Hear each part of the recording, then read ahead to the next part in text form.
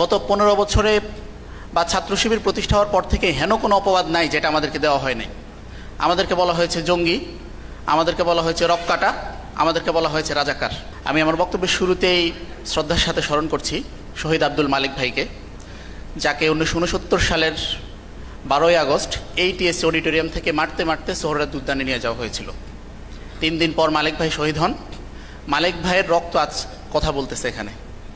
আলহামদুলিল্লাহ, আমরা আমাদের আজকের এই প্রোগ্রাম থেকে মালিক ভাইয়ের জন্য দোয়া করি এবং মালিক ভাইয়ের পথ ধরে এ পর্যন্ত যত ভাইয়েরা শাহাদাতে রমিও সুধা পান করেছেন, আল্লাহর কাছে তাদের শাহাদাতের মর্যাদা কামনা করি। আমরা যারা এখানে আছি, আমরা আল্লাহর কাছে তৌফিক কামনা করি, আল্লাহ একদিন ইনশাআল্লাহ আমাদেরকেও শাহাদাতের মৃত্যু দান করবেন।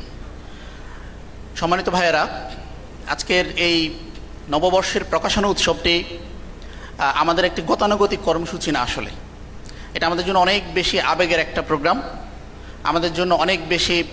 আমাদেরকে অনেক বেশি নস্টালজিক করে দেয় এরকম একটা প্রোগ্রাম।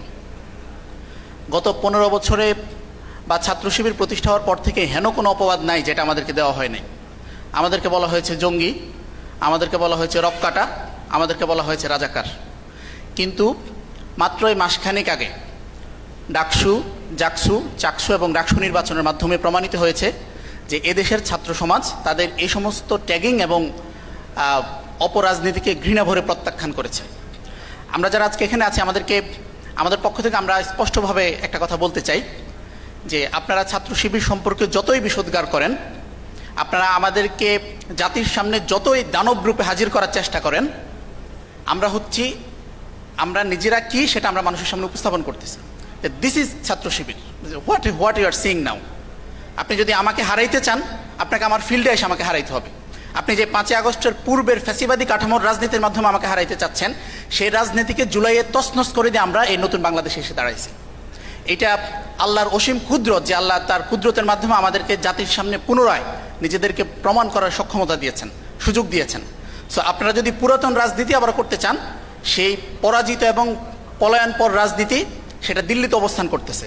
আপনারা যদি নিজেদের শেষে শুরু করতে না চান, তাহলে আপনাদেরকে আমরা আহ্বান করব, আপনারা ইতিবাচক ধারার রাজনীতি, সুস্থ ধারার রাজনীতি আমাদের সাথে সেই প্রতিযোগিতাটা আপনারা করবেন ইনশাআল্লাহ। আমরা আমাদের এই প্রোগ্রাম থেকে বিগত সময়ে যত ভাইয়েরা শহীদ হয়েছেন, আহত হয়েছেন, সবার জন্য আল্লাহর কাছে অনেক অনেক দোয়া করছি। আমি একটা আয়াতের মাধ্যমে আমার বক্তব্য শেষ করছি।